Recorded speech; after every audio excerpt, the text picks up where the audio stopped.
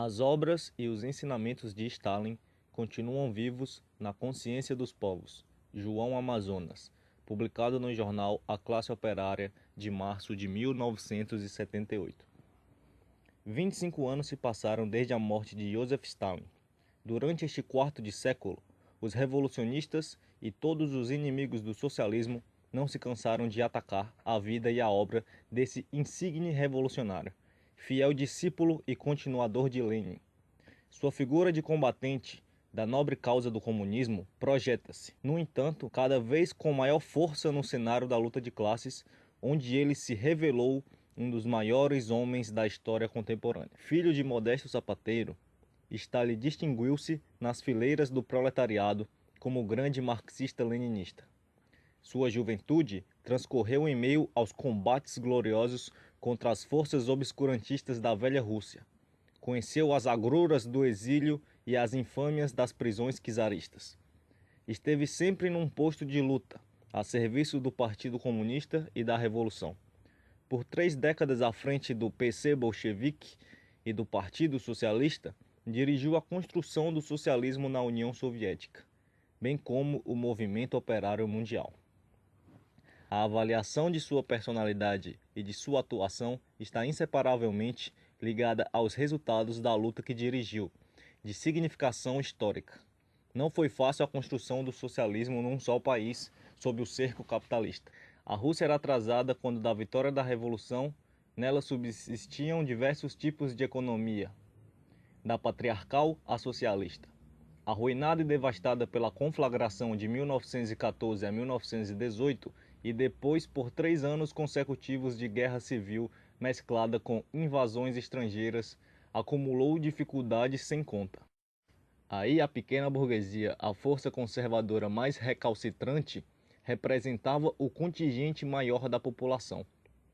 Em tais condições, reconstruir a economia em novos moldes, edificar o estado de ditadura do proletariado, promover a defesa do país, educar as amplas massas no espírito do socialismo, requeriam muita energia e uma direção firme e clarividente.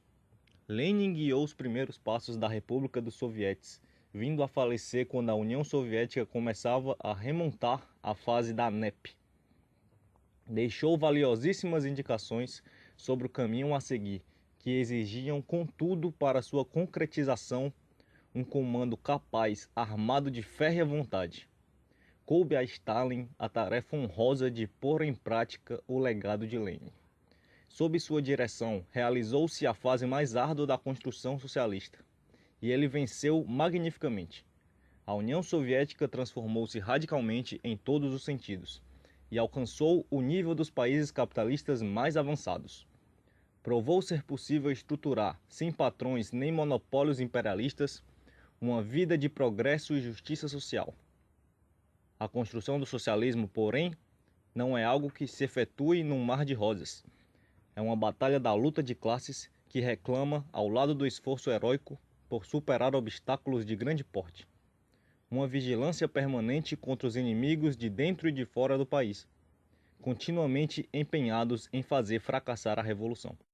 No curso da construção do socialismo estão sempre surgindo tendências adversas que provêm muitas delas das antigas concepções e estilos de vida, do individualismo e ambições pequeno-burguesas refletidas no liberalismo, no burocratismo, na ânsia de fazer carreira. É ilusão pensar que, conquistando o poder, com o passar do tempo, essas tendências enfraqueçam ou desapareçam. Elas encontram-se disseminadas no conjunto da população e manifestam-se não apenas como freio às novas ideias, senão também na forma de resistência ativa ao sistema instaurado. Em alguns casos, evoluem do descontentamento por interesses pessoais contrariados para a conspiração e as tentativas de derrubada da ditadura do proletariado. Reeducar a pequena burguesia urbana e rural, e mesmo setores da classe operária, ganhar as amplas massas para as ideias de nova vida não é coisa simples. É talvez o mais intricado problema, um combate que não se pode prever quanto tempo durará, mas de cujo desfecho depende em larga medida a consolidação definitiva do socialismo. Stalin, simultaneamente com a enunciação das medidas destinadas a impulsionar o trabalho construtivo, enfrentava os vacilantes e derrotava as conspirações maquinadas na sombra. Ele generalizou uma série de experiências nesse terreno de grande valor para o movimento revolucionário. Na Rússia, as tentativas de restauração da velha ordem foram numerosas. Lenin desbaratou-as em diversas ocasiões. Quando já ia avançando o processo de criação da base material do regime, sucederam outras virulentas e ameaçantes. Chegaram mesmo a se entrosar com os serviços de inteligência de governos estrangeiros, pondo em grave risco a existência da União Soviética. Seus protagonistas não eram pessoas desconhecidas, ostentavam o título de membros do partido ou vestiam a farda do Exército Vermelho. Alguns com certa folha de serviços prestada ao país. Todos eles desmascararam-se ante a opinião pública, passaram pelos tribunais do povo, onde confessaram as suas atividades contra-revolucionárias. Trotsky, Kamenev, Zinoviev, Bukharin, Tokachevsky e outros conspiraram contra o regime socialista. Pretenderam quebrar a unidade do partido a fim de facilitar a execução de projetos criminosos. Se suas tentativas vingassem, a construção socialista teria fracassado, a União Soviética não resistiria às hordas hitleristas e o mundo, talvez, ainda hoje se visse a braços com os horrores do nazismo. A vida comprovou que a luta contra os inimigos do socialismo era justa, no tempo de Lenin e no tempo de Stalin. Ainda que pudessem ter ocorrido algumas injustiças à margem dos objetivos visados, depois da morte de Stalin, os fatos acentuaram a importância dessa luta e revelaram aonde conduz sua subestimação e a falta de vigilância. Então os outros renegados se levantaram, e dessa vez com êxito. O chefe da traição chamava-se Khrushchev e seu sucessor Brezhnev. Alcançando as posições de dirigente, em pouco tempo destruíram as principais conquistas da classe operária, aniquilaram o partido, substituíram a ditadura do proletariado, rejeitaram a revolução e o marxismo. A União Soviética converteu-se numa superpotência social imperialista, que subjuga militarmente outras nações. Também em vários países onde houve falta de vigilância e acomodação ideológica, triunfaram as tendências oportunistas que causaram e continuam causando imensos prejuízos ao movimento comunista. É sintomático. Todos os que combatem raivosamente Stalin e negam seu papel proeminentemente na construção da nova sociedade e do desenvolvimento da luta dos povos são, sem exceção, adversários jurados do socialismo proletário. Não passam de partidários do velho regime capitalista, condenado pela história do socialismo burguês ou pequeno burguês. Não se aponta um só que se coloca na posição de classe do proletariado, dos seus interesses fundamentais, da doutrina do socialismo científico. A manifestação do furor anti-stalinista é a expressão do ódio à ditadura do proletariado, ao partido da luta de classes e da revolução social, ao marxismo-leninismo. Eles não vacilam em pintar a fisionomia da sociedade em construção, bela para os proletários e explorados do mundo todo, como a de um monstro prediluviano.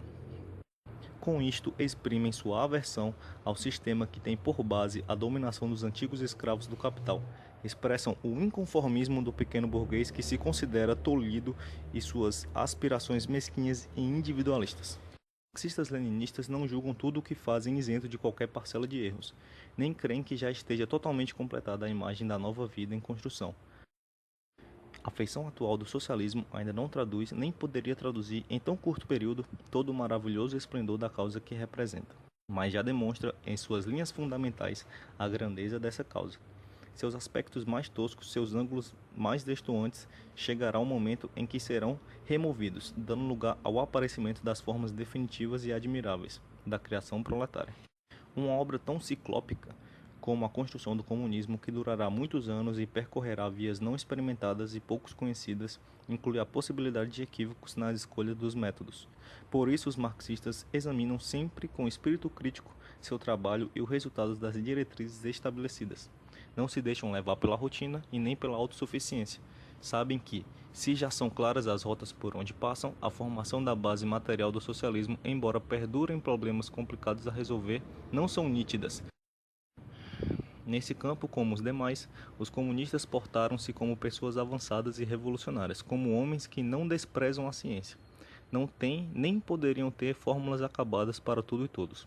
ao combater as sobrevivências geralmente fortes da antiga moral e dos velhos costumes, ao assimilar o condicionamento da classe, das criações artísticas e culturais e de outras épocas, sem negar o seu valor, mantém o espírito aberto à pesquisa e ao entendimento do que desponta de novo, muitas vezes de maneira imprecisa. Sabem que o povo é o criador das novas formas que se implantam sobre determinada estrutura econômica. O comunismo não é adversário da criatividade nos diferentes domínios da vida social. Somente assegura a autêntica liberdade de criação. Somente ele favorece o pleno gozo de liberdade. Comunismo é sinônimo de libertação do homem das teias que o prendem e o tornam servo da civilização fundada na exploração e na opressão. Stalin dedicou toda a sua vida à luta pelo comunismo, foi intransigente no combate aos erros e desvirtuações dos princípios revolucionários. Foi também um pesquisador profundo dos novos caminhos das distintas formas que tomarão a sociedade futura. Enriqueceu a ciência social em todos os aspectos, à frente do povo soviético e do movimento operário internacional. Deu provas de firmeza e perspicácia, conquistou grandes vitórias, seus feitos, seus ensinamentos continuam vivos na consciência das massas trabalhadoras, no coração dos que anseiam por uma luminosa era na humanidade, o comunismo.